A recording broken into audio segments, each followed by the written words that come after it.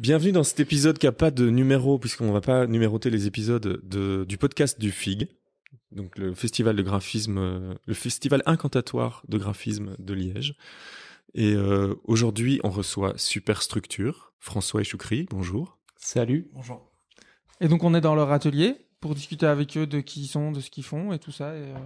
Et donc voilà. Pour décrire l'atelier, c'est un immense atelier avec du bois, machine à bois.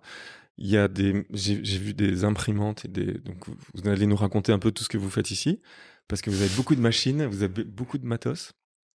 Et on va commencer par un petit bref historique de vous, de votre histoire et de comment vous avez démarré depuis. Pas la naissance. On va faire à partir de quel âge? De 18 ans? On les a pas encore. On n'est pas encore majeur. Pas encore majeur. Là, on va arriver à 10 ans là.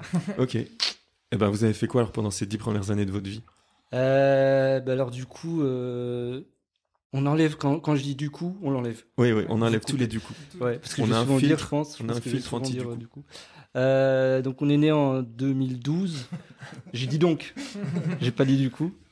Je vais essayer de varier un peu parce que 2012, voilà.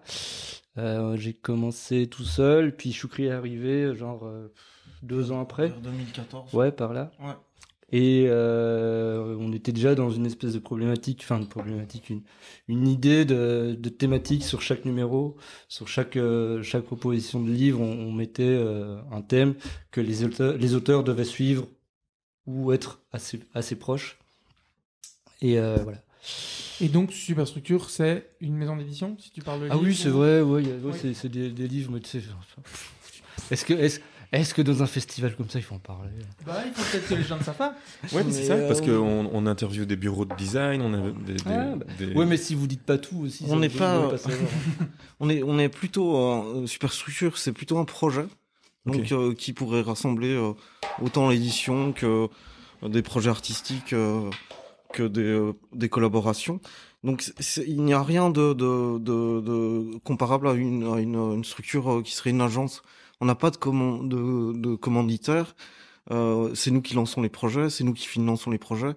Et du coup, ça ressemble pas trop à ce que c'est une agence de graphisme ou de communication. On lance énormément de projets de livres, mais on fait énormément d'installations qui sont souvent associés à nos projets de livres, donc au niveau des thématiques ou au niveau de la forme. Et donc voilà, en gros, c'est ce qu'on fait, c'est plus ou moins des projets d'installation, d'exposition et des projets de livres, livres, éditions, fanzines, toutes les gammes de bouquins. Ouais, d'accord. Et avant de démarrer Superstructure, vos carrières, entre guillemets, précédentes, le parcours juste avant, c'était... Parce que François, je sais que toi, t'étais à l'ERG, et tu me disais tout à l'heure que t'es sorti aux alentours de 2005, c'est ça? 2005, par là, ouais. Donc après l'ERG, moi, j'étais sorti avec peinture et photo en poche. Suffisant, je crois, j'avais eu suffisant, c'était un truc de malade, sans distinction. Du coup, j'ai continué 2 ans autour de ça, puis je suis allé vers l'édition. D'accord. Assez rapidement avec d'autres gens de l'ERG d'ailleurs. Du coup, après, j'ai testé plein de choses entre-temps autour de l'édition, du fanzinade, des festivals, vu comment ça marchait, parce que j'avais aucune base par rapport à un quelconque enseignement autour de ça. Ouais.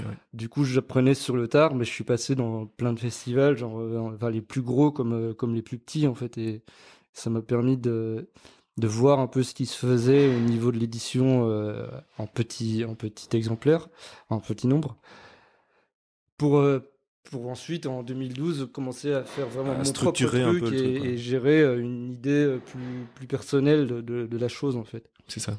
Donc voilà, ça a mis 7 ans, ça va. Ouais, oui, c'est bien. 7 ans pour trouver un projet, c'est super. Et donc toi? Moi, j'ai fait des études de communication à Saint-Luc.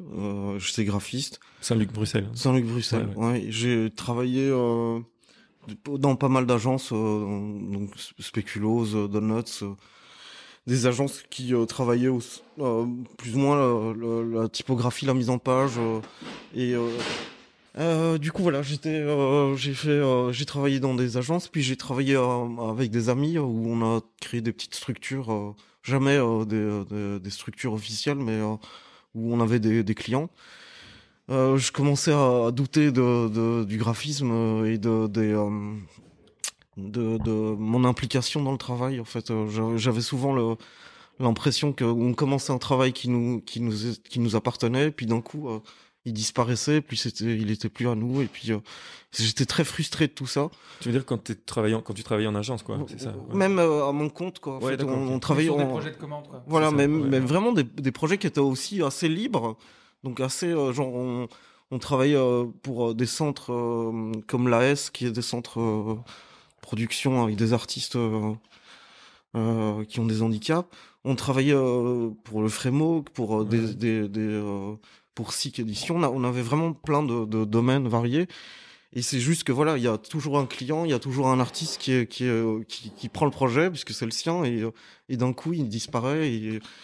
Donc j'ai arrêté de travailler en tant que graphiste et j'ai commencé des cours du soir en reliure pendant 5-6 ans. Et à la fin de ça, ben j'ai lancé un gros projet de livre où je voulais me prouver que je pouvais gérer un livre complètement et le vendre aussi. Et là, à ce moment-là, j'ai rencontré François et donc j'ai pu me lancer avec François dans ce que je voulais faire, quoi. C'est-à-dire produire par moi-même et pas par des clients qui nous appelleraient, quoi. C'est ça. Et donc ça a été le premier projet Superstructure? Non, ça c'était mon premier projet. François avait commencé 2 ans auparavant. Ah oui, Et donc c'est ça, quand oui, je suis pardon, arrivé, ouais. il y avait déjà 2 bouquins déjà de faits, ou 3. Et j'étais très impressionné par la qualité du travail de François, alors qu'il n'était pas graphiste. Ok. Je voyais les difficultés qu'il y avait à réaliser ce genre de projet quand on n'est pas graphiste. Et donc du coup, j'ai commencé à poser plein de questions à François. Je me suis rendu compte qu'il travaillait pas du tout comme un graphiste. Donc il travaillait pas avec les logiciels pour faciliter les choses. Donc ça prenait plus de temps, mais il arrivait à quelque chose où le logiciel avait moins décidé à sa place, C'est puisque ça. vraiment il devait trouver lui-même les fonctionnalités et c'était pas automatique. Donc j'étais assez séduit et j'ai proposé à François bah, c'est vrai, j'étais vraiment très séduit par ton travail et par toi. Une Et, déclaration d'amour Je en ne suis direct. pas un autiste. et du coup, j'ai proposé à François de travailler sur le livre qu'il était en train de travailler, sur lequel il était en train de travailler. Donc, il y avait toute une partie de mise en page vraiment de texte où c'était des lettres de fans et avec des réponses et ce genre de choses. Donc, toute cette partie-là, je l'ai travaillé pour un peu prouver. C'était son baptême. Exactement, Ouais, c'est voilà. ça. C'était un peu mon test et donc ça avait ça avait bien marché pour ce projet et puis ça s'est enchaîné puis voilà d'un coup on était à 2 quoi en fait. C'est ça. Ok. Voilà.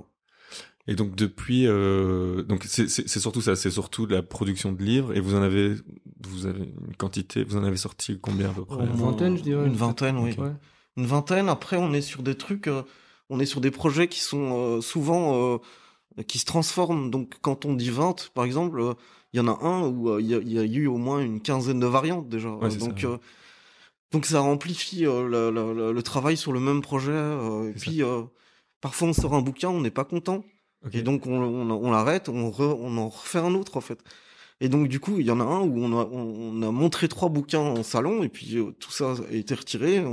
On en a fait un 4e, et c'est le dernier. Ok. Voilà. Technique de vente. Exactement.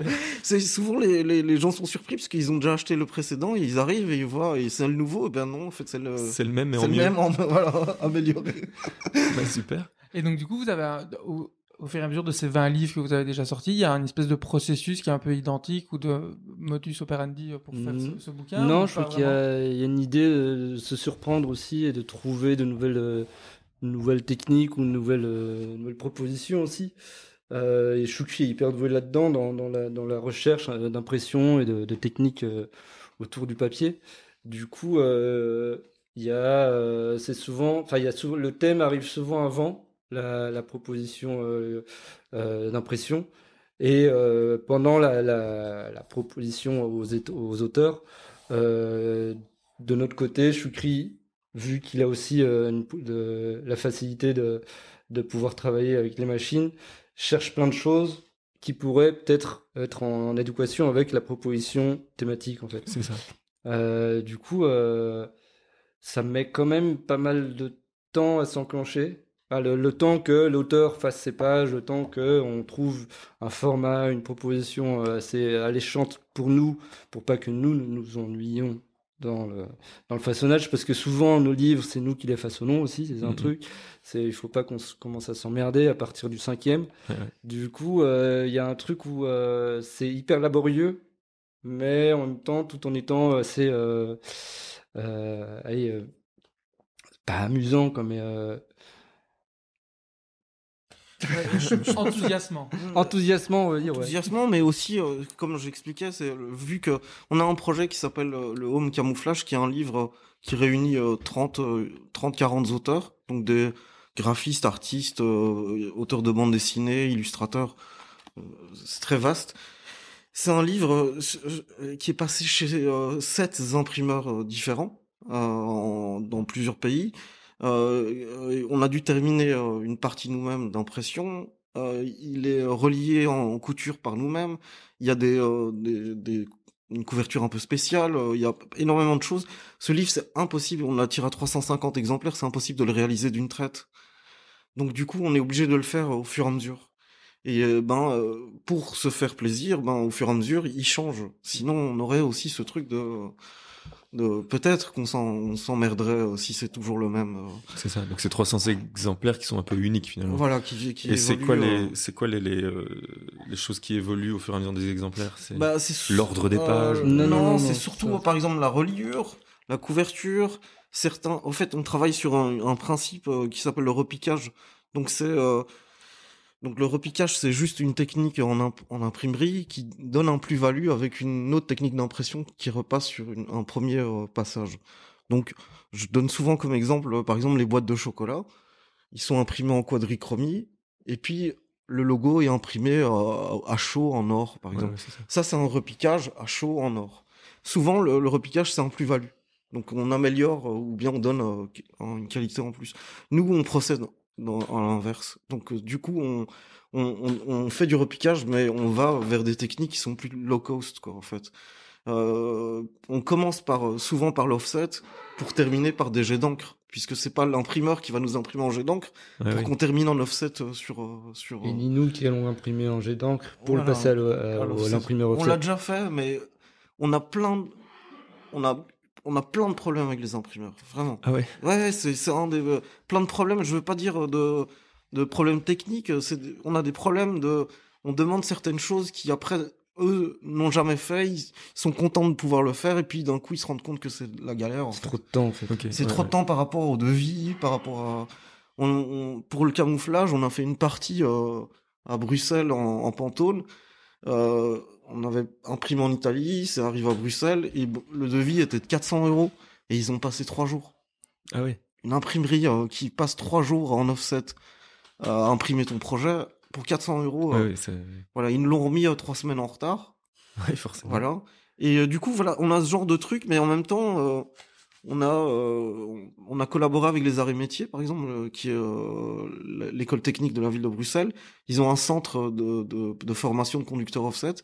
Et là, on a fait un projet pour Chaumont, le festival de graphisme, qui était un projet qui était Le catalogue le des exposants. voilà, qui était un peu le prospectus des exposants du salon d'édition. Et il y avait une case pour chacun des éditeurs. Et chaque case, je pense qu'il devait en avoir une trentaine, a été imprimée sur une imprimante différente. Et donc aussi une technique différente. Donc on passe en offset, en jet d'encre, en thermique, avec des techniques comme par exemple le Duplo qui est celui qui a créé la RISO et qui s'est fait voler Son idée. sa machine, Ouais, quoi, en fait. Donc Duplo, voilà, on a plusieurs machines de RISO par exemple pour comparer les gammes et tout est référencé juste en dessous de la case avec des des motifs techniques qui permettent de comparer une machine à une autre. En qualité, en qualité de dégradé, en qualité de points, en qualité de taille, en qualité de profondeur de noir. Ok. Donc, il y a plein de textes qui est imprimé sur plein de machines et on dirait qu'il y a des textes gras, des textes light, des textes médiums et en fait c'est toujours C'est ça. la même graisse quoi. Voilà, c'est la machine qui la change. machine change la typo. Exactement. Mais c'est ça aussi par rapport au camouflage, c'est quand tu disais s'il y avait des choses qui changeaient par rapport aux séries, c'est un film en fait, ça se passe par rapport à des machines qui, par exemple, je crois qu'on a utilisé peut-être bien 10 machines laser. Et à chaque fois, il y a quelque chose de différent aussi, mais c'est infime par rapport à ce qu'on parle en changement d'état en fait. C'est vraiment un truc, c'est pas le truc perceptible au premier coup d'œil. Et c'est ça qui fait aussi que du coup le projet prend de l'ampleur parce qu'à chaque fois il faut chercher une machine en fait. À chaque fois, c'est soit la première fois qu'on avait été, c'était chez un Espace Plan.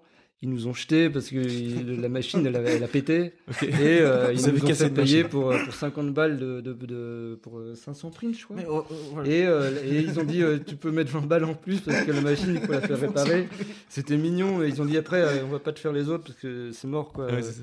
Et du coup à chaque fois on doit trouver une autre machine pour pouvoir les imprimer quoi. Et tout ça fait que c'est vraiment des états dans lesquels tu te mets pour pouvoir travailler sur un projet en fait, de vraiment te mettre dans la position de dire putain il faut aller trouver une machine maintenant, il faut en imprimer 20, il faut il y a un salon qui va bientôt arriver, c'est chaque fois des choses comme ça qui font que l'engouement il est là parce que tu peux pas faire autrement, de toute façon t'es obligé de le faire, si tu veux avoir quelque chose à présenter tu dois le mettre. Et tu dois tout faire pour en fait. L'acte d'imprimer est déjà une performance en soi quoi. C'est un peu ça. Une performance on a des là pour le projet de Chaumont en 2 semaines passées chez 30 imprimeurs différents et aussi pour ce projet-là donc on avait reçu ce projet et on avait fait un devis de 30 techniques, c'était impayable. Donc du coup ils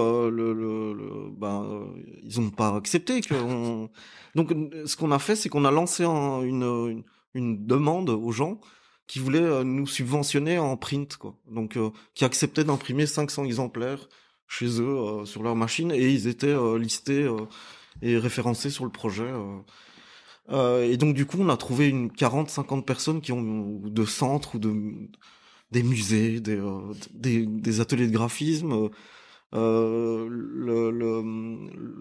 les arts et métiers, donc ça allait vraiment dans plein de sens et donc on a finalement ce projet c'était énormément de travail, donc il fallait prendre le paquet, le ramener, on faisait des pertes constantes, donc il fallait aussi avoir des feuilles en rab. Et donc du coup 2 semaines passées comme ça c'est pas une performance mais c'est quand même quelque chose qui est étrange par rapport à un process habituel. Voilà, exactement. Moi j'ai déjà lancé un projet chez un imprimeur offset, je l'envoie et c'est tout quoi, et je le reçois et là je sais que je vais souffrir quoi en fait, c'est surtout ça je pense. Je sais que je vais transpirer, que je vais avoir mal au bras, des trucs comme ça en fait. Okay. Mais avoir mal au bras et transpirer, c'est un truc, je veux dire, qui est en général chez Superstructure. Ça fait partie du truc, ouais. C'est ça. De toute façon, même d'aller de salon en salon, c'est déjà un truc en soi, parce que on n'a pas de distributeur, on est juste indépendant, on n'a pas de mecs, de camions qui viennent chercher nos livres pour aller les déposer en festival, c'est nous qui nous chargeons de tout ça. On n'a pas de voiture aussi. On n'a pas de permis. Et du coup, ouais, c'est quand même, notre moyen de transport, c'est le caddie en fait. Et souvent, comme Choukri le disait au début, on fonctionne en présentation de livres, plus install aussi. Et du coup, installation, construction. Donc on a aussi des outils à utiliser. Il y a plein de choses qui font que c'est dur en fait Superstructure. C'est pas tranquille. C'est ça. Mais donc la finalisation, quand tu dis c'est une installation, c'est donc vous avez genre un partenariat avec une galerie et vous vous installez là-bas et c'est vous présentez le livre, les gens viennent le soir de la présentation, acheter C'est un lancement en fait. C'est ça, le lancement. Et jamais, c'est nous qui demandons. Ouais, c'est pas, on nous appelle pas pour faire un lancement. C'est ça. On nous a déjà appelé pour de présenter nos projets. Mais quand on lance un livre, c'est nous qui trouvons l'endroit, qui lançons le projet. C'est vraiment c'est plutôt des lieux alternatifs que. C'est ça. Et ça reste circuit, en fait. Bruxelles ou Belgique, ou vous allez. Ça dépend. À Paris, comme à Lyon, ouais. C'est surtout France, Belgique, en fait. Ouais. Après, on fait énormément de salons et ça va en Suisse, ça va en Italie, des choses comme ça. Mais au niveau des lancements, on peut pas aller lancer un livre. En Allemagne. En Allemagne, on parle pas allemand, on parle pas. On pourrait parler anglais par exemple. C'est une entreprise quoi.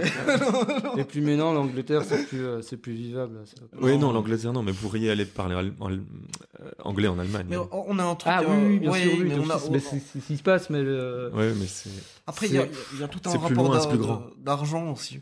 Si on va en Allemagne et qu'on fait un lancement et que finalement on a payé nos billets, on a payé l'hôtel, qu'on vend 5 bouquins parce qu'on ne connaît pas bien là-bas, on n'a pas de raison d'aller lancer un bouquin là-bas. Ça, je veux dire, je crois que les réseaux suffisent en fait. Parce que le lancement il se fait souvent près de chez nous et ensuite tout passe dans le réseau et enfin PayPal et compagnie font très bien le travail. Sinon les livres. Du coup, voilà c'est pas.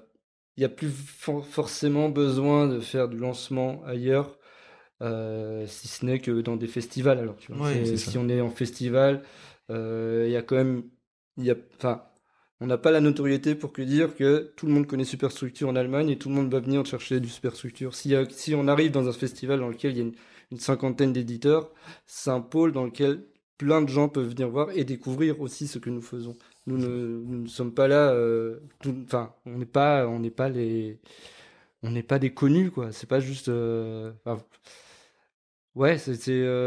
profite du festival plutôt que du lancement. Le lancement, on n'est jamais, c'est jamais un truc de dingue le lancement en fait, d'une manière générale. C'est ça. Parce que le lancement, t'as une expo, t'as à boire, t'as à manger et donc ça attire les gens. Voilà, ça attirait les gens à une certaine époque.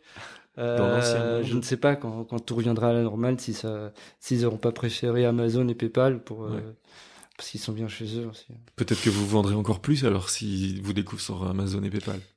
On est déjà sur PayPal. Mais Amazon, non, c'est pas possible de. En fait, pareil que pour les librairies, Amazon c'est encore pire. Mais on dépose pas de livres en librairie puisqu'il y a tellement de travail effectué par nous-mêmes. Et ce travail, les dépôts, le suivi. Mais même au niveau, par exemple, on coud un livre, on peut pas mettre ce livre en librairie et il prendrait 40% dessus, alors que en termes d'économie, c'est mais du coup, c'est plus c'est si le libraire nous le demande, on le fait, mais on lui dit, ok, c'est tel prix. Après, tu fais ce que tu veux. Voilà, on n'a pas d'ISBN, on n'a rien du tout. Tu peux te permettre de le vendre au prix que tu veux. Nous, on s'en fout. On a la somme qu'on a eu besoin d'avoir pour pouvoir nous rentabiliser. C'est ça. Donc, à partir du moment où le mec prend un prix ferme et que s'il veut, il rajoute ce qu'il veut, c'est son problème. S'il n'arrive pas à les vendre, c'est plus les nôtres. Après, il y a souvent le truc où tu as des libraires qui demandent de faire des prêts, en fait. Et là, c'est plus possible parce que, en fait, quand on fait des journaux... dans les librairies, on ne sait pas où mettre des journaux. Et ils commencent à chiffonner. Et à la fin, tu as le libraire qui dit bon, tenez, j'ai pas su les vendre. Et c'est des trucs en chiffon, en fait. Il n'y a plus rien. Mais comment tu veux que je revende ça après, moi c'est ça. En fait, on n'a pas lié au problème en étant plus catégorique, en fait. En lui disant écoute, moi, c'est comme ça. De toute façon, si je t'ai ou pas, c'est pas grave parce que je sais qu'on va pouvoir les écouler. On n'est pas des gros éditeurs qui font 3000, 5000 exemplaires. On est autour de 200 à 400 exemplaires max. Et ça, c'est cool, en fait. Il n'y a pas besoin d'être plus vu que ce que nous sommes parce que cela nous suffit, en fait. Et on cherche pas forcément à être plus vu que ça. Oui, on pourrait pas aussi. Je veux dire, si on voudrait être plus grand, il faudrait qu'on soit plus que deux, quoi, en fait. On a deux, on a un autre travail, on a des projets de commande, on a c'est ça qui est bien, c'est que Superstructure nous permet de faire ce que nous avons envie, parce que à côté de ça, nous avons un travail qui nous nourrit, en fait. D'accord. On peut se permettre de faire ce qu'on veut en fait avec Superstructure. Et je crois que c'est ça qui fait sa force aussi, c'est qu'on a le temps de faire ce que nous voulons. La seule chose, c'est d'être en règle avec nos auteurs. C'est de pouvoir être sûr de pouvoir leur proposer un travail et de pouvoir les rémunérer aussi. Il y a au niveau de la rémunération chez les auteurs, c'est surtout au niveau du solo que nous payons plus qu'au niveau du collectif, parce que le collectif nous prend beaucoup trop de temps que pour pouvoir leur dire à chaque personne nous allons te payer autant. C'est pas gérable, parce que souvent on se retrouve avec 40 auteurs sans aucune bourse, sans rien, et tout vient de la poche, tout vient du précédent bouquin, par exemple. Du coup, on peut pas se permettre de dire sur un collectif qu'on va pouvoir payer les gens. Et du coup, voilà, c'est essayer d'être en minimum en règle avec eux plutôt que tout le reste, en fait. Et du coup, c'est quoi l'économie de Superstructure? Comment on est en bourse à... Belvin. Hein? Belvin. Vous êtes dans le CAC 40. J'avais vu, j'étais 19e. Belvin, on a 7 bitcoins, je crois. C'est énorme. Si on en avait déjà un, non, ce serait déjà bien, en vrai. Très bien. J'ai appris le prix du bitcoin il n'y a pas longtemps. Je pensais vraiment que ça valait rien, mais c'est 50 000. 50 000 euros. Un bitcoin. Non, mais quand je disais quelle est l'économie de Super Studio, c'est comment est-ce que vous... Structure.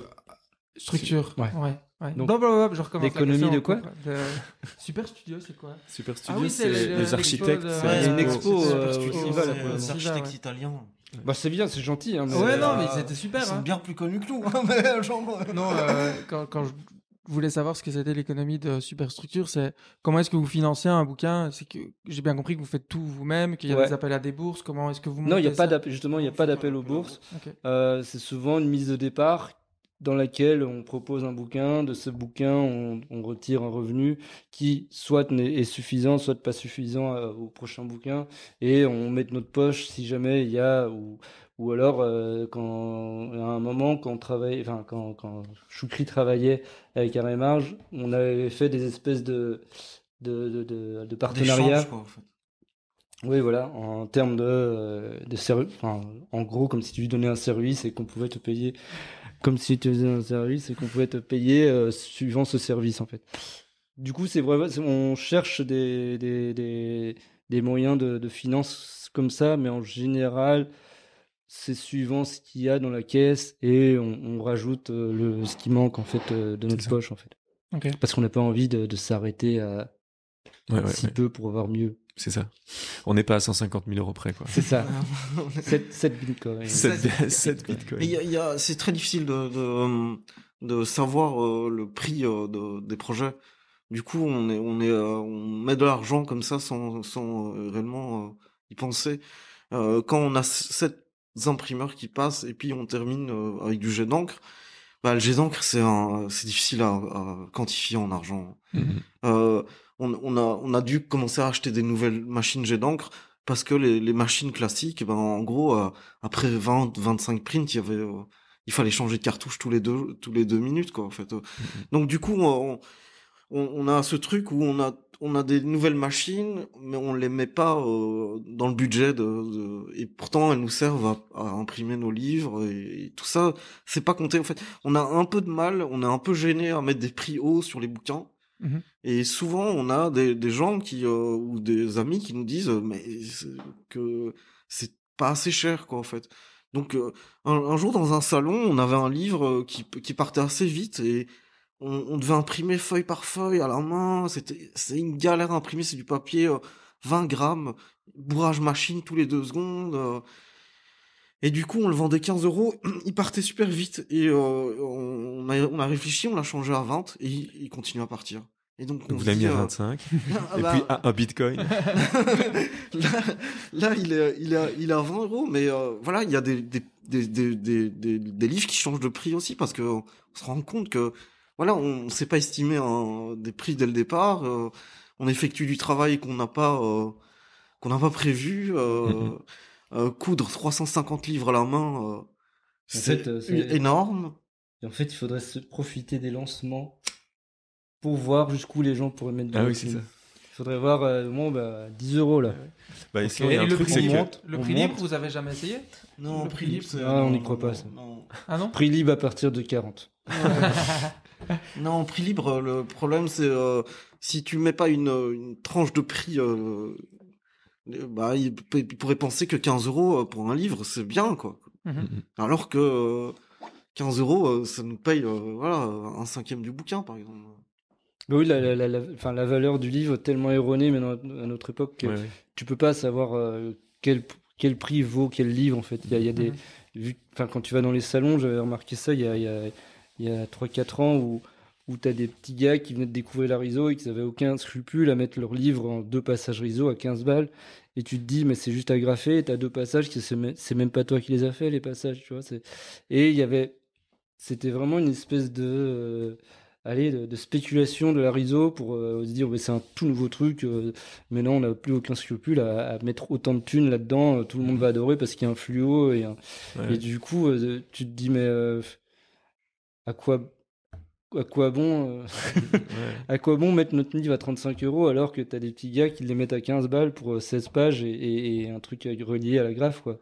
Tu te demandes à quel niveau tu te situes en fait. C'est ça, c'est difficile par de trouver rapport à ta problématique financière. Tu te dis mais en même temps tu pourrais te dire que ils ont plus d'audace et ils sont plus justes avec les prix et on est juste là à se dire en fait on est jaloux un peu de se dire comment quelqu'un a osé pour de mettre le prix juste d'un livre. Il y a aussi la durée. Nous, ça fait bientôt 10 ans qu'on est là. On en a vu passer pas mal des bouquins. On a une certaine idée du coût d'un bouquin. Et effectivement, c'est pas parce que je dis que ce bouquin devrait valoir ça qu'il ne peut pas valoir plus. En fait, c'est c'est l'évolution dans laquelle on vit qui peut permettre ce genre de choses. On a c'est pas un préjugé, mais j'ai des préjugés par rapport à ce que vaut un livre et je peux m'arrêter là aussi. Je pourrais aussi, on pourrait y aller à Franco à dire, il est à 60 € ce livre, en fait, il est pas à 35. On peut aussi jouer à ça, mais est-ce que des fois on se demande si on devrait pas le faire, effectivement, parce que il y a cette fatigue comme on en parle en fait, ce travail assez laborieux. Mais c'est vrai que c'est difficile de trouver la valeur. Il y a la valeur entre guillemets temps et matériel que vous investissez dans le livre, mais il y a aussi cette espèce de valeur de votre travail propre et votre expérience depuis un certain temps qui a aussi une certaine valeur. Et comment est-ce que tu l'impliques ou tu la diffuses dans le prix?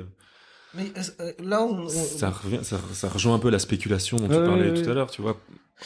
Moi, je me dirais que, par exemple, cette partie-là de notre expérience, c'est plutôt... on est invité à des conférences, on nous a demandé de travailler dans des écoles. C'est ça, c'est d'autres contreparties. Voilà, et je me dis que ça nous a amené ces choses-là. Et franchement, ces choses-là sont nécessaires pour nous actuellement. On vit comme ça. Donc, je me dis que c'est une bonne contrepartie. Voilà. On aurait pu se dire dès le début, on n'aurait sûrement pas eu tout ça aussi en échange, en fait. C'est ça. Donc, voilà. Après, il y a ce truc avec le prix du livre, c'est que quand je vous avais expliqué le repiquage, c'est que, supposons un livre comme Camouflage, ce serait comme si on imprimait 3 fois le livre, en fait. T'as la quantité 3 fois le bouquin. Les gens se rendent pas compte qu'une page, elle est passée 3 fois dans une machine. Donc, du coup, ils payeraient pas 3 fois le prix du bouquin, en fait. Ils se diraient, non, alors, retire-moi ta couche et je te payerai juste... Retire-moi ta couche. Attention. Payer à la couche, hein. Exactement, payer à la couche. Il y a 4 couches, je vous les mets quand même. On devrait avoir 7 piles de bouquins. Il y a plein de trucs avec l'impression qui est assez... On a été dans un salon à un moment où plein de gens venaient, ils nous demandaient qu'est-ce qui imprime en RISO.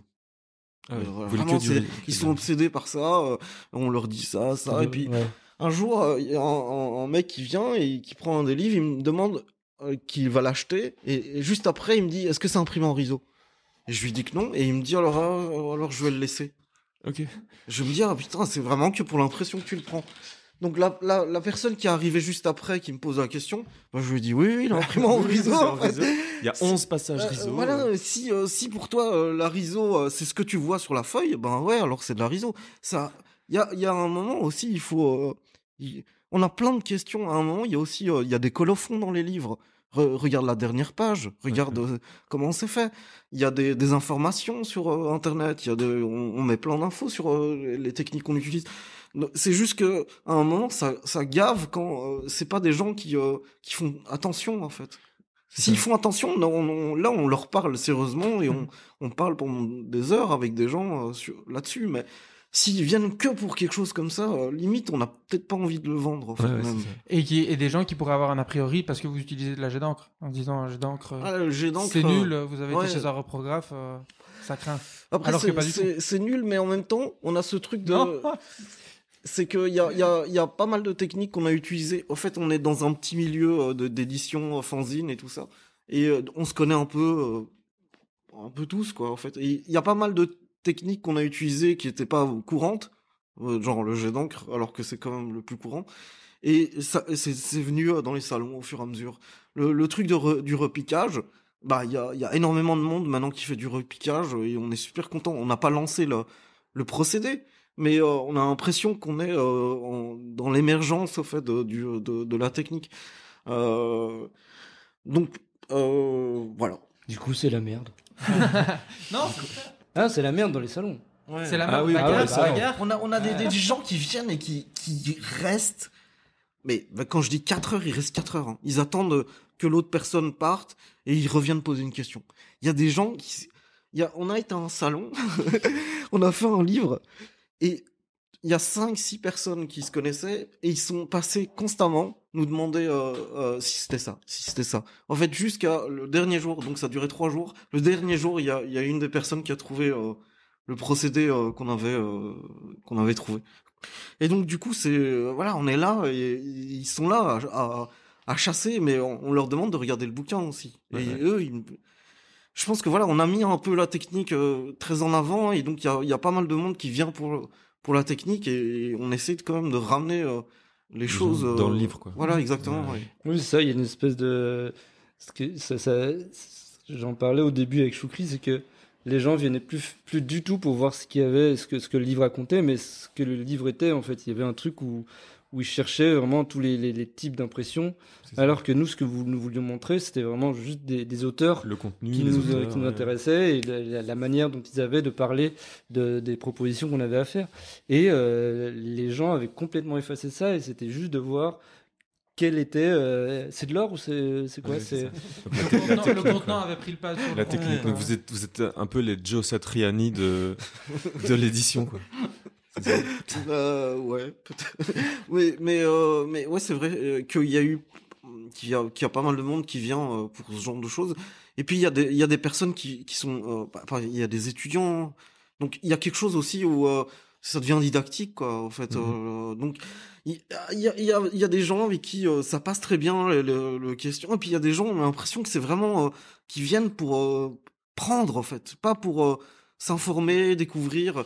Donc dès qu'on sent ce truc de genre de rapace, et ben alors ça nous freine, quoi, directement, en fait. Vous avez déjà refusé que quelqu'un achète un de vos livres? Ouais, on a déjà refusé, mais on a déjà aussi les gros fait lourds, semblant. qui dit ouais, non, je te l'achète pour 20. Et qui viennent avec un verre de bière bourré, ils disent allez, je l'achète pour 20, vas-y. Qui négocie, quoi. Ouais. Mais et qu'on connaît, c'est des potes en plus. Ouais, ça va. On va pas donner de nom, on va pas donner de... Moi, je voulais revenir, du coup, comme vous utilisez beaucoup de techniques d'impression non conventionnelles, et comment vous arrivez à utiliser une certaine technique ou à faire ce repiquage ou ce dépiquage où vous descendez dans les qualités d'impression entre gros guillemets. Mais du coup, en tant que graphiste faiseur de livres, comment vous faites? Parfois, c'est juste une envie d'aller vers une technique ou c'est juste plus sur le résultat? Il y a deux possibilités. Il y a les machines que les imprimeurs ils ont, donc que nous on peut pas acheter. Une imprimante offset, on va pas acheter ça. Des imprimantes digitales professionnelles, on peut pas acheter ça. C'est aussi cher qu'une imprimante offset. On n'a pas la place, de toute façon. Donc toutes ces machines là, on essaie de proposer des projets à des imprimeurs. S'ils acceptent, tant mieux. Et puis on a toutes des machines qui sont beaucoup plus proches de nous que des Amillon ou que des écoles ou que nous on achète au fur et à mesure. on teste. En fait, le truc avec l'imprimerie, c'est juste voir si ça adhère au papier ou pas. Donc, à partir du moment où ça adhère au papier, ben, on a un résultat. Ben, ce résultat, on va l'utiliser à un moment ou à un autre pour quelque chose. On ne sait pas encore. On regarde juste quel papier adhère, qu'est-ce qui adhère pas. Si ça adhère pas ou si ça adhère à moitié, comment on peut améliorer l'adhérence. On a des papiers, par exemple, couchés où on a imprimé à l'étranger. Ils arrivent ici. On avait testé dans 2 imprimantes laser si ça passait, ça marchait bien. Mais après 20 prints, ça marche plus. Et on a reçu le projet. Donc on doit trouver d'autres imprimantes qui. Et là, alors on galère, on cherche. Il y a des imprimantes laser qui adhèrent, il y en a qui adhèrent pas. On commence à comprendre pourquoi il y en a une qui fonctionne comme ça et l'autre. Et au fur et à mesure, on commence à comprendre les procédés et aussi la mécanique de la machine en fait. Euh, et en fait, je travaille aux Beaux-Arts, donc il y a un pôle à impression aux Beaux-Arts de recherche et c'est un peu la même chose en fait. On fait aussi ça, c'est-à-dire on lance des projets et on regarde comment les choses adhèrent sur les papiers, sur les différents supports, et puis on essaye d'améliorer en fonction de ce que l'industrie crée. Donc si l'industrie crée un plastique pour impression en jet d'encre, c'est qu'il a une particularité différente d'un autre plastique. Donc on va essayer de comprendre cette particularité-là, et on va l'appliquer à un plastique qu'on a, un bête plastique, et on va voir si ça marche. Voilà. Donc on va mettre par exemple de la colle en spray sur du plastique repositionnable, et on va voir si l'encre colle à la colle, quoi. Et donc voilà, si ça marche, tant mieux. Si ça marche pas et qu'il y a quelque chose qui nous intéresse, on réutilise ou on améliore en fait. Donc c'est vraiment c'est des tas de tests, et puis on prend ce qui nous intéresse, et souvent après on teste pendant le projet, et donc on voit que ça marche pas aussi, et on est obligé de trouver des solutions à ce moment-là aussi, et voilà. Okay. C'est un peu comme ça, ouais. Et donc là, on a surtout parlé du process au niveau technique, tout ça, mais une des questions que je me posais, c'est le processus au niveau des thèmes qui sont abordés et qui ont été abordés au fur et à mesure de la vingtaine de bouquins que vous avez sortis. Il y a toujours quand même une espèce de trame qui est la même. Vous traitez souvent les mêmes sujets, ou c'est vraiment... Au tout début, c'était les sujets étaient autour de l'habitat. Je crois que de près ou de loin, il y a toujours cette espèce de problématique autour de ce thème, en fait, de définir qu'est-ce que l'habitat à notre époque, quels sont les enjeux par rapport à ce thème. Et pour le moment, du coup, le dernier collectif, c'était Camouflage. Et ça s'appelait Home Camouflage, et donc on demandait aux auteurs de proposer soit de trouver quelque chose qui parle de ça, soit de trouver quelque chose de nouveau autour de ça, d'essayer vraiment d'élaborer quelque chose, pas aller jusqu'au terme scientifique, mais jouer de ça aussi, en fait, jouer de ce que tu pourrais proposer au monde, en fait, quand tu proposes un nouveau camouflage, par exemple. Il y a plein de vidéos autour de ça, tu peux te marrer autour de ça, et tu peux te marrer, tu peux aussi découvrir des choses. Mais tu peux découvrir en te marrant. Ouais, tu peux apprendre en rigolant. Tu peux rigoler en apprenant de te marrer. Inversement. Du coup, voilà, c'est un peu des thèmes autour de ces enjeux-là, en fait. Donc, et c'est venu comment cette envie alors parce que c'est quand même un thème assez précis, même si c'est très très large dans la manière dont tu peux l'aborder. Au tout début, c'était quand les premiers superstructures sont sortis, ils étaient toujours agrémentés d'une installation ou exposition, et c'était toujours des cabanes qu'on construisait en fait. En fait, la cabane servait de présentoir au livre, et vice versa. Du coup, le livre servait au thème de la cabane, par exemple. Et au fur et à mesure, on a continué comme ça jusqu'à arriver à ne faire plus que de l'ameublement par rapport aux installations. Quand on prépare un bouquin, l'installation qui suit sera la présentation du bouquin sur lequel, ce sera la table sur laquelle le bouquin sera présenté, par exemple. Donc il y a toujours un truc où ça traite toujours de la maison, en tout cas de ce qu'est l'habitat, de ce qu'est se retrouver autour d'une table, les enjeux de la table en fait, des enjeux du vivre ensemble entre guillemets. Donc voilà. Ok. Puis en parallèle, du coup, on a des collections qui sont plus sur les thématiques. Donc on a une collection qui s'appelle Génération 2000. Et là, c'est des petits livres en plus ou moins format A5. Ils sortent par 4, donc 4 auteurs ou autrices. Et donc de là, ce n'est plus une thématique, c'est juste on demande à quelqu'un de jeune, donc un étudiant ou quelqu'un qui vient de sortir de l'école ou qui ça fait pas longtemps, de travailler sur une narration. On lui donne un nombre de pages. Et du coup, c'est la seule contrainte qu'il a, c'est cette narration. Donc, il peut pas faire des dessins qui n'ont rien à voir. Il doit créer une histoire. Et ça, on en a déjà, donc on a sorti le 2e volet de Génération 2000. Donc, on en avait les 4 premiers. Et maintenant, on a les 4 suivants. Puis, on a une collection sur le feu aussi. Et là, on est en train de travailler sur une collection sur les plantes et sur les fleurs. Okay. Donc ça sort du cadre des livres thématiques qui sont successifs et qui sont numérotés en fait. Donc ces livres qui sont numérotés, on est au 5.1. On rajoute le point 1 parce que si un jour ça nous intéresse, on fera le point 2. Donc on peut revenir en arrière dans les thématiques. On n'est pas obligé d'en trouver à chaque fois des différentes. Donc il y a un livre sur les véhicules. On a sorti le 3.1 et on a sorti le 3.2 aussi parce que on aimait vraiment beaucoup le thème et donc voilà. Donc on sait jamais si on revient en arrière ou pas en fait par rapport à ces thématiques. C'est ça rejoint un peu ce que tu disais au début où vous avez réimprimé des... Non, réimprimer c'est plutôt comme c'est ce que j'ai expliqué avec Camouflage, c'est comme il est trop long à réaliser. Ah ouais, c'est ça. On a laissé 30% du livre pas réellement imprimé et sur ces 30% ben on varie beaucoup. Je crois que c'est aussi le fait quand enfin, je sais pas si c'est ça, mais par rapport à réimprimer un livre, c'était plus par rapport à quand vous étiez de pas mauvais content types d'impression. Ah oui, okay. Oui, c'est souvent lié à un imprimeur qui en fait c'est bête, hein, c'est juste là pour le coup c'était un livre qu'on avait imprimé en noir, qu'on voulait imprimer en noir. L'imprimeur l'a passé en couleur en fait. Du coup, t'avais des noirs colorés, et c'était immonde. Et c'était pas possible de présenter ça. Du coup, on l'a réimprimé chez un autre imprimeur. Juste en noir. Juste en noir. Et ça s'est fait. C'était vraiment et pour le coup, c'était un livre d'auteur en plus. Du coup, c'était une personne. On pouvait pas niquer le travail d'une personne.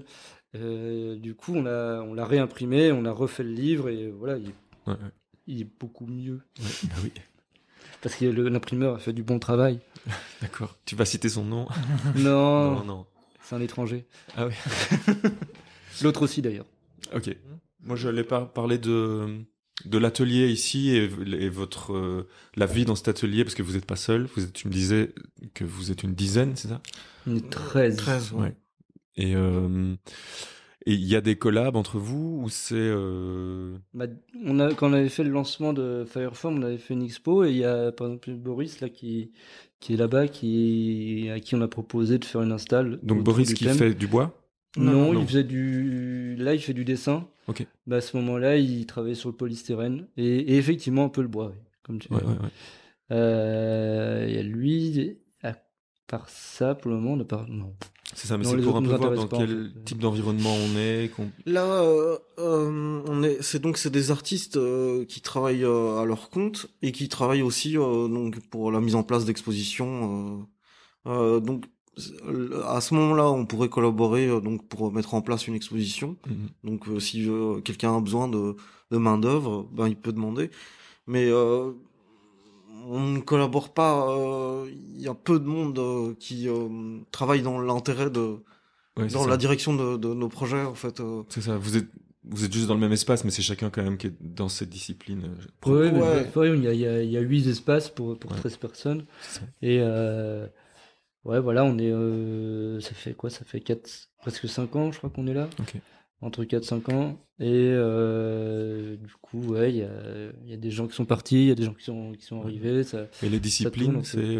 c'est autour de... Bah, t'as des vidéastes, des dessinateurs, des installations, tissus à côté, bois. À côté, t'as de la soudure, ferronnerie. Ça va un peu dans tous les sens. Et ouais, C'est ça. pas... Sinon, C'est pour ça qu'on a divisé aussi l'espace en deux, c'est que vu que d'un côté on travaille l'installation avec le bois, etc. Et de l'autre on fait on fait du print, les deux peuvent pas collaborer ensemble dans le même espace. Du coup on a dû séparer le truc en deux et faire l'espace print d'un côté et l'espace bois de l'autre en fait. Oui. Les petits secrets de la colocation. La popote. Et du coup, on est en train, donc c'est déjà la deuxième ou troisième modification de notre espace ici. Avant, on avait une mezzanine de l'autre côté avec un étage au-dessus. Et maintenant, on a fait cet espace et on a pris l'espace bois plus loin, quoi, en fait. Il est pas fini et moi, je viens pas beaucoup à l'atelier. François vient beaucoup pour la construction. On fait surtout du façonnage.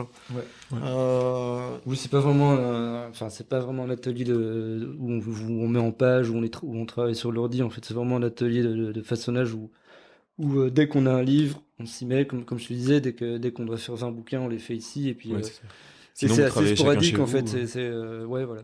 Bon, on travaille chez nous où avant qu'il y ait le Covid, on se voyait par exemple tous les matins, on prenait un café et par exemple ce que François avait fait comme mise en page ou comme travail, il me le montrait, moi je lui montrais mes tests. De là on décidait de certaines choses, on faisait des devis et puis on continuait pendant la journée, puis on revenait le lendemain matin et voilà. Et ça fonctionnait comme ça un peu. Mais maintenant avec le Covid, tout a été ralenti. Et donc votre process habituel, c'était ça, vous vous voyiez juste le matin pour Superstructure et puis après vous partiez à votre taf respectif. Oui, ou alors moi j'allais à l'atelier, je voulais continuer de son Ouais, côté. Enfin, ce qui est toujours le cas. Hein, Oui. parce que... Et le Covid, ça va, ça merde. Non, c'est voilà, il y a une espèce de. C'est vrai qu'il y avait une espèce. Il y a une espèce de routine dans laquelle on se met où on a le matin, on va boire un café. C'est drôle pourquoi on parle de ça, super bizarre. Parce qu'on aime le café, on adore le café aussi. Mais non, là, c'est du coup, il y a un manque, c'est vrai que ça manque. Mais nos collègues d'atelier, il a acheté une machine à café, du coup, on boit du café ici. Non, mais on est content de revenir à l'atelier parce qu'il y a du café. Ça fait partie du processus et de la routine. Le café fait partie du processus, clairement. Je ne peux pas travailler sans café, moi. Mais qui peut? Je sais pas. Les enfants? Oui, peut-être. Mais ils travaillent pas, ils jouent. On peut jouer sans café. À l'école.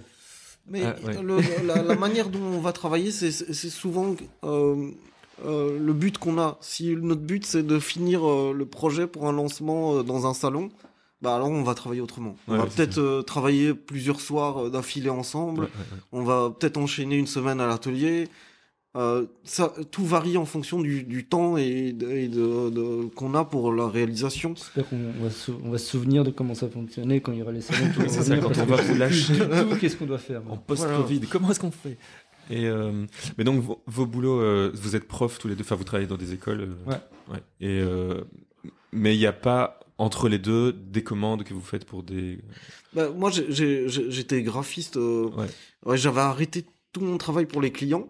Parce que je voulais plus vraiment travailler pour. Et à part pour le musée Art et Marge, donc pendant 5 ans j'étais leur graphiste. Et là, je travaillais en collaboration. Pareil que pour Superstructure, j'invitais des auteurs à travailler avec. Et sinon, ça c'était les commandes. Et s'il y avait Superstructure, l'école et le musée, c'était déjà. Je travaillais dans 2 écoles en même temps. C'était ça me rendait assez dingue. Donc je me suis dit que... C'est ça, donc vous évitez quand même un peu les commandes, enfin vous avez réussi à éviter. On évite, ça dépend comme commande. Il y a des fois j'ai des commandes d'ameublement par exemple, des petits trucs, pas d'une semaine, tu vois, c'est pas... J'essaye pas de faire... Je veux plus faire des trucs de dingue comme ça s'est passé à un certain moment. C'est juste des petites choses qui en soi sont pas forcément primordiales, c'est vraiment juste par pure plaisir de pouvoir travailler ça et commander du bois en profusion pour pouvoir en avoir pour moi après. C'est Et ça, ouais. c'est bêtement ça s'arrête là. C'est pas un truc en soi où j'ai envie de devenir ébéniste parce que voilà, ouais. je trouve ça génial et que C'est ça. non, c'est pas génial, c'est pas génial. C'est pas génial. Mais non, ouais, c'est ça. Donc vous arrivez quand même à articuler votre travail autour de l'école, les petites commandes autour et superstructure. Mm. Ouais, c'est ça. Ouais, et là on a on a de plus en plus de demandes d'installation, d'exposition, de choses comme ça, qui changent aussi notre travail, quoi. En Ouais, fait, ouais, c'est ça. où, et du coup, ça nous prend du temps et on est obligé de choisir un peu. En fait, tu vois hein, comment. Mais par rapport au projet de client, si un client vient nous proposer un projet, si le projet il correspond à ce qu'on voudrait faire, bien évidemment qu'on va accepter. C'est Mais C'est si déjà arrivé voilà. C'est déjà arrivé que... pour Chaumont par exemple, Ah bah oui, c'est ça. c'était Ouais, ouais, exactement tout à fait. le bon truc quoi en Ouais, fait. ouais. Et Chaumont en parallèle, on nous a demandé une installation et un projet d'impression. Et donc l'installation c'était un baby-foot qui était dans le salon d'édition et qui avait été construit par François. Et en fait, c'était un baby-foot pour gaucher. Donc du coup, on avait déjà énormément de mal à jouer. Il y avait des pièges un peu partout. Il y avait des persos, des joueurs de foot qui avaient pas de jambes, tu vois. Et donc du coup, ils savaient pas shotter dans le ballon. Et du coup, les buts, ils étaient remontés ou des trucs comme ça. Et donc, les gens jouaient, mais ils étaient complètement tordus en train de jouer, quoi. Voilà. Comme les buts de balle Chaumont. Les buts de Sauf qu'elles Chaumont, sont pas là-bas, mais Ouais.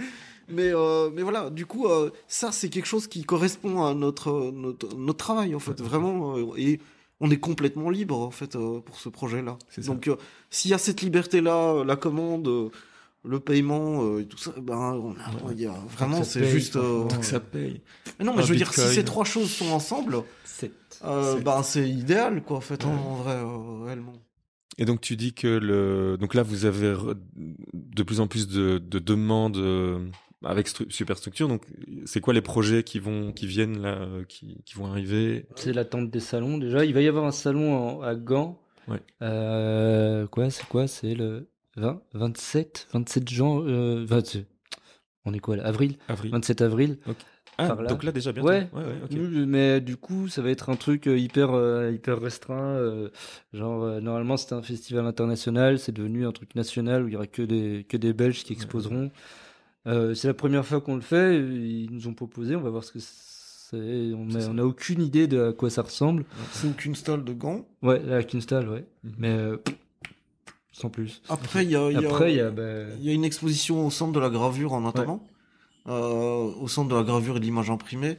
Et, C'est à la Louvière, hein, ça. à la Louvière, exactement. Et là, c'est Emmanuel Lambion qui est devenu directeur du musée et qui a décidé de faire une grande exposition en invitant 70 artistes sur des artistes qui sont intéressés par l'impression.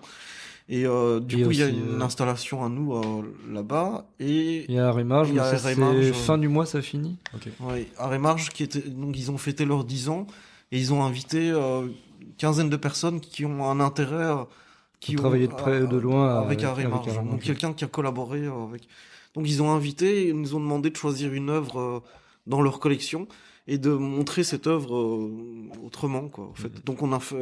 François a fait une installation. Chacun a fait un truc. Et avec Rémi Lambert. Et moi j'ai fait une installation. Voilà. Et donc on a choisi des artistes.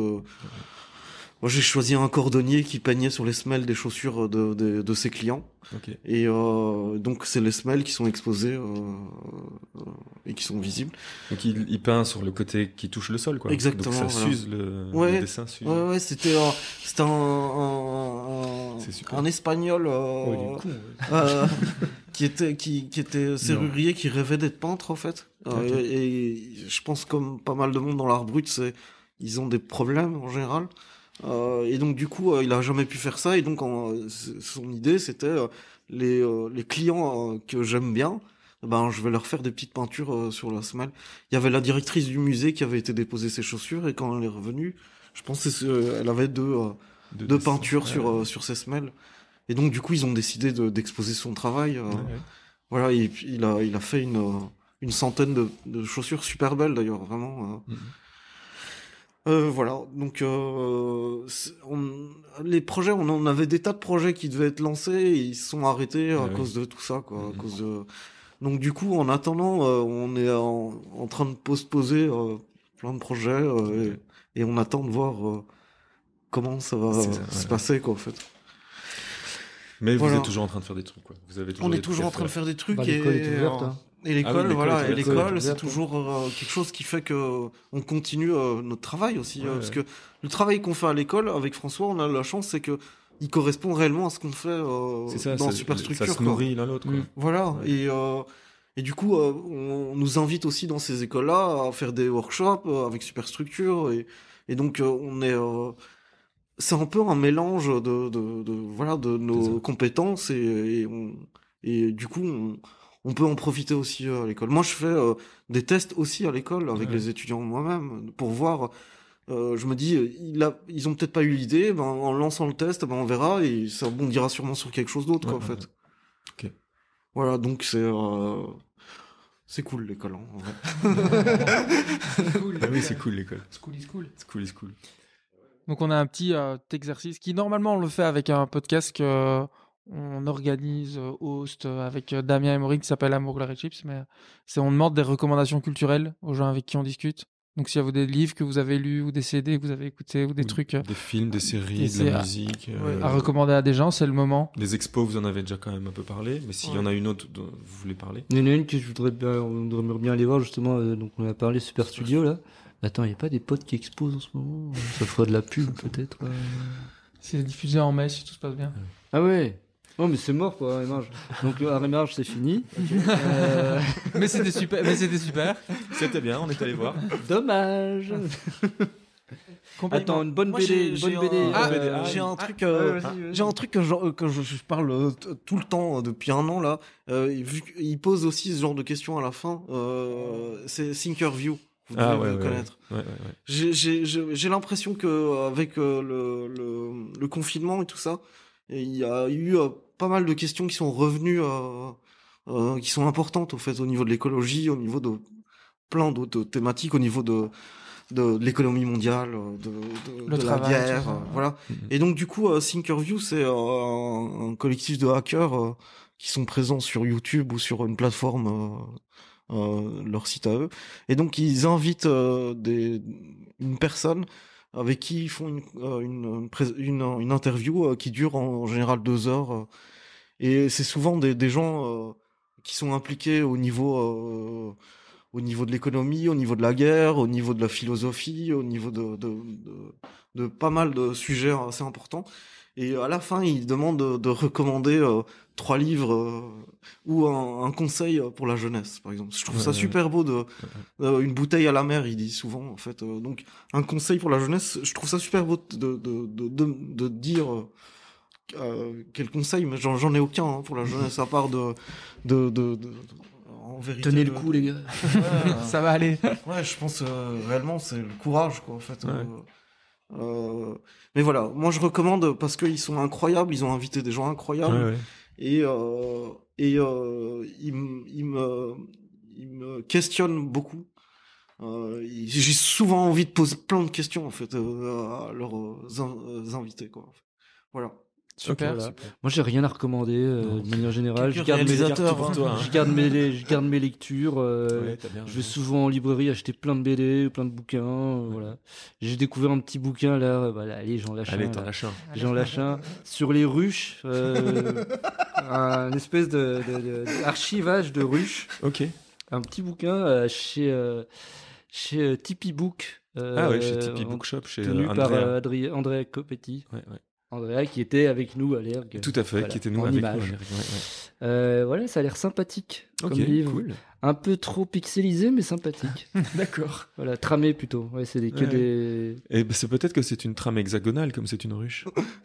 Il faudrait prendre un. Non, c'est juste qu'il a pris il a découpé les photos dans des journaux. Ah oui, c'est ça. Et il y a déjà la trame des journaux. Ah oui, d'accord. Okay. Ouais. Donc c'est pas une trame hexagonale. Non, parce que les ruches, elles sont hexagonales. Non, les blocs textes, mais ça va, tu vas pas me faire un inventaire sur la ruche, hein, je l'ai à la maison. Oui, c'est vrai, t'as le bouquin. Et ça va, je m'intéresse déjà au sujet. C'est vrai. Donc les alvéoles et compagnie, je connais. Tu es apiculte?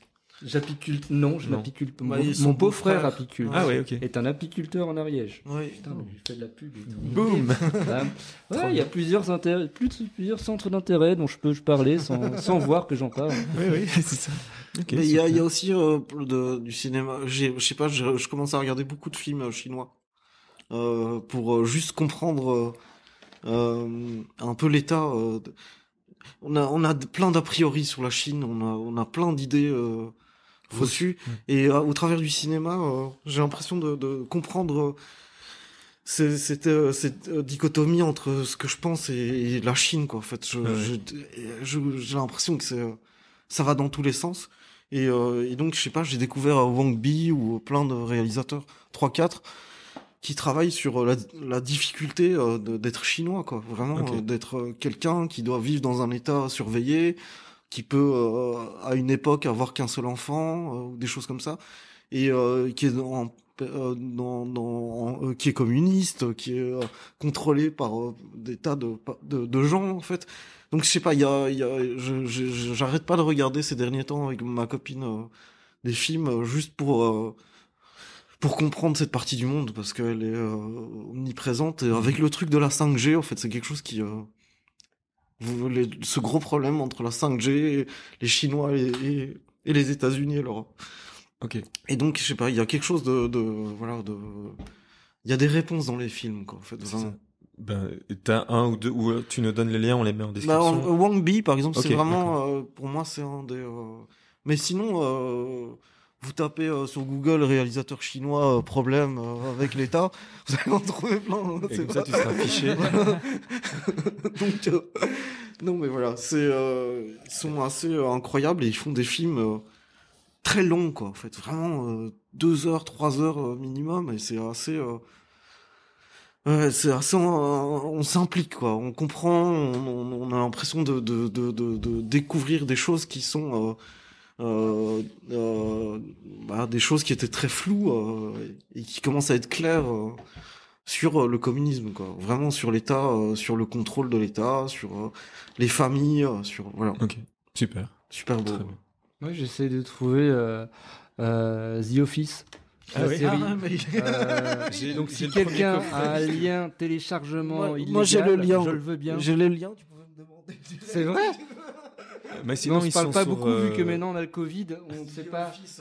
Ils sont sur plus Ama- au café. sur On se Amazon voit plus au Prime, café non le matin. Quoi? Ils sont sur Amazon Prime, je crois, non? Ils sont gratuits aussi. Oui, ils sont gratuits. Non, mais moi je l'ai vu en VO. Hein, par contre. S'il Ok, vous plaît. bah on t'enverra le lien si on le trouve, ouais. Ou que quelqu'un Un sur lien les internets. téléchargement pour les 7 saisons, s'il vous plaît. S'il vous plaît. Donc The Office US. Ouais. La version- Ouais, US, les Anglais, je trouve pas. J'en trouve deux aucun. saisons. Il y a 2 saisons. Ah ouais, ça a pas bien marché. Hein. Bah en fait, si justement, il a Ricky installé les Gervais, bases, il a installé les bases, et puis après, il a vendu le concept aux États-Unis. Ouais, Il a Et été c'est plus le- malin. Et c'est les États-Unis qui payent tout, mais Ricky Gervais, il touche les droits, c'est quoi. ça. Il est plus malin. Et il se fout de la gueule de. De... Comment il s'appelle Allez, Steve Carell Steve- En pendant les permanence. cérémonies. C'est d'Oscar et incroyable. J'ai compagnie. vu un condensé de 7 minutes où c'est toutes Toute leur vanne, quoi. leurs vannes. C'est incroyable. Mm. C'est vraiment dingue. Donc voilà, The Office. Eh ben, après, super. après les Chinois, The Office, Voilà, c'est c'est cool. ça. Ouais. Ben, Super. du coup, voilà. Bah, c'est super. Bah, merci beaucoup Merci de nous avoir beaucoup. reçus chez vous. C'était vraiment cool. Très bien. Et on mettra de toute façon tous vos liens, tous les liens dans la description pour vous retrouver. D'ailleurs, on vous retrouve où en général sur Internet? On vous retrouve quelque part? Instagram, Facebook. Instagram, Facebook. On n'a pas de site internet, on n'a pas de... Paypal. Voilà, Paypal, sur Paypal. Paypal. Paypal. Non, mais c'est On surtout vous retrouve. Instagram, quoi. Ok, Ouais, ça c'est marche. Superstructure Design. Ouais. Parce que Superstructure était déjà pris. D'accord. Bah, on mettra les liens. Tout le monde se retrouve là-bas. Ok. C'est Oui. cool. Merci beaucoup. Super, merci Salut. beaucoup. Merci à vous. Salut. Hello. Salut. Non, j'ai pas hello. Salut.